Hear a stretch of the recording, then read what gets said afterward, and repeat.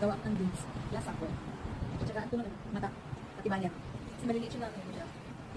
Magkamali ka kasi hindi siya mabuo. Kaya ito siya kaliliit. Ayan, ayan. Kasalamin na yung lola nyo. Liliit siya. Ito, marami. Marami pa yung hindi ko natapos. Umpisa pa lang. Kasi kailangan nakalatag siya eh. Pag wala kasi lang isa dito.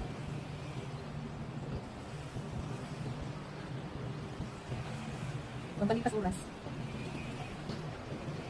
Maging productive din minsan. Para hindi mapag... Patapos lang kumain yung amo ko.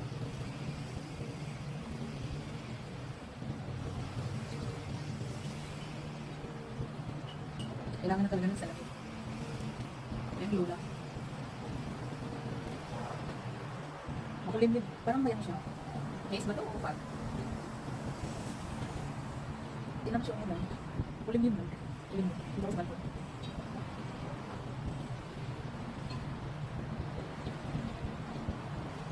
Yung layog na yata. Hindi siya na. Hindi ko lang. Kailangan talaga. Tapos igaganon siya dito para siya magpikit. Yung mga beads na.